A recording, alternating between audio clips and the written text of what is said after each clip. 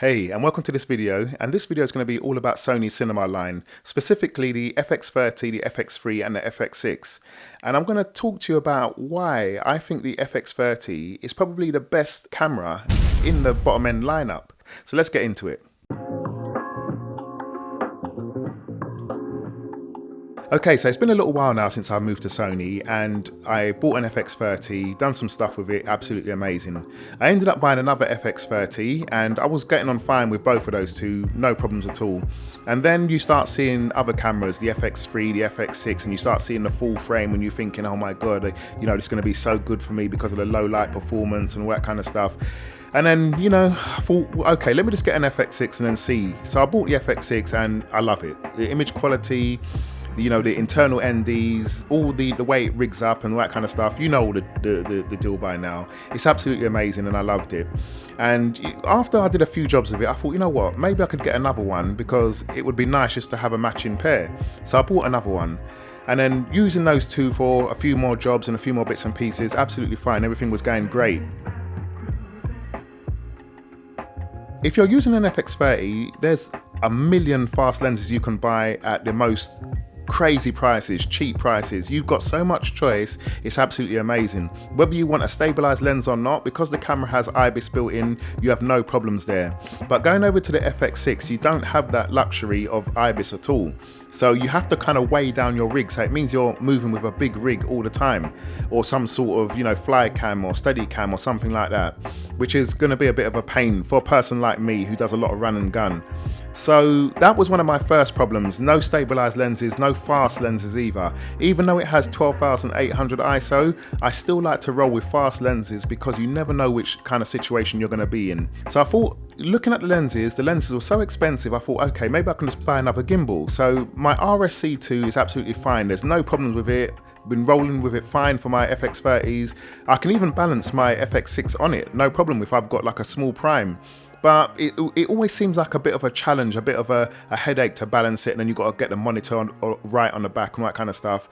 And so I thought, you know, maybe buying a new gimbal would be the way forward. So I started looking at the RS3s and even the RS2s, the older one. By the time I got to the end of it, and I was thinking, if I need to buy some fast lenses, maybe something that's got stabilization as well, so maybe an f4 lens, and then a new gimbal, I'm looking at thousands of pounds investment into that. So I thought, you know what, let me trade one of them for an FX3. And because the FX3 has IBIS built in, that negates my need for having IBIS in a lens, because I can still get decent handheld footage without worrying about if the lens has got stabilization or not. So it really solved the problem for me there, going from the FX6 to the FX3. If I only had one FX6, then that swap would never have happened, because I still see the FX6 as a very valuable camera to have. But if I only had one, it wouldn't have happened, but thankfully I had two, so it did happen. The FX30 is an interesting camera, and I know a lot of people, when they see it, they first think crop sensor, bad low light and all that kind of stuff, and it's simply not true. If you're shooting in a place where you've got lots and lots of light and, you know, there's lots of range in where you are, if you was out in the mountains or the field or something and it's daylight, or a wedding and you're shooting somewhere bright, CineEi is going to give you the most amazing footage. It is so nice on the FX30, so nice, sharp and clean. When you pair it with vintage lenses, say something like a Helios or something like that, it gives you a really nice clean look as well. Take my word for it, the files and the quality just comes out so nice on the FX30, and that's all to do with the 6K downsampled sensor. So this 6K downsampled crop sensor is absolutely amazing. Now you've got to remember that the FX6 and the FX3, they can't downsample. They haven't got enough megapixels or something, whatever I was reading, to do any downsampling. So if you're shooting in a crop mode on the FX6 and the FX3, you have to shoot in 1080p, which is not that great. You can use clear image zoom, which will kind of get you there, but no crop mode. So you're kind of locked out of a lot of cinema glass, a lot of top end lenses that are out there. You're kind of locked out of that. So that is CineEi. Shooting in CineEi when you've got lots of light is absolutely amazing. I've already made a video about the frame rates. When you're shooting in 120p, just overexpose a bit and it will clean up your image for you nicely. But Also, I got a lot of tips from guys in the comments as well, telling me about flexible ISO, and I've tried it all, what they've told me, and it's absolutely amazing. The knowledge what is in the comments is fantastic. And I can shoot in low light the same as what I'd shoot on an FX30 and FX3 and get the same acceptable noise profile. It's absolutely no problem with the FX30 in low light if you know how to use it. There's not a one setting fixes all. It doesn't work like that. You have to learn CineEi, when to use a normal picture profile, S-Cinetone, or when you're using flexible ISO. You need to learn all of these things. Even when you're doing autofocus, to change the responsiveness between how fast and slow can really make a difference in certain lenses what you're using. So you really have to put the effort in and just absorb a lot of information and try it. Some people will be right, some people will be wrong, but you have to try to see what works best. And the FX30 is punching well above its weight, well above its weight. Another thing I like about the FX30 over the FX3 is the variable shutter. Now when you're doing weddings and you're at an event, or maybe it could be any type of event, a concert or whatever, when they use these LED lights that just flicker like crazy, with the FX30 you've got a variable shutter, so you can change that shutter, fine tune it really nicely to get rid of that flicker or that banding. With the FX3, I can't do that. There's no option for me to do that, and I don't know why.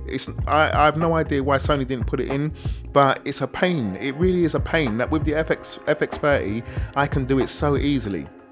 Okay, so here's a more in-depth look at the variable shutter. So we've got the FX30 here, and the shutter, if you can see on the bottom left hand, it's 1/50. We're at 25 frames per second, and you can see the black lines going up here. Can you see them moving? That's from the lamp. And then if we go over to the FX3, same shutter, 1/50 and 25 frames per second, and you can see the black lines going up over here.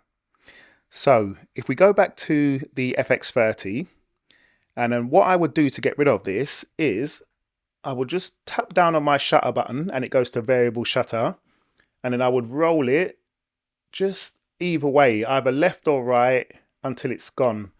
So it's almost gone there, and that is at 50.2. It looks like it's gone. I could probably roll that back again one more just to come to 50.1 and check it. It's 50.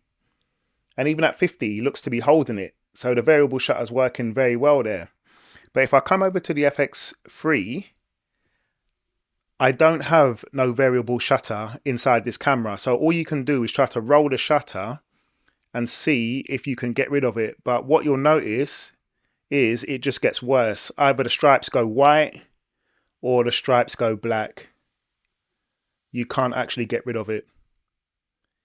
Now it could be that I've overlooked something completely stupid, and if anybody knows, please let me know. But as far as I know, there's no way I can really dial this in properly to a point where I'd say, yeah, it's absolutely gone. So that's one of the reasons why I love variable shutter, and the FX30 is so important to me.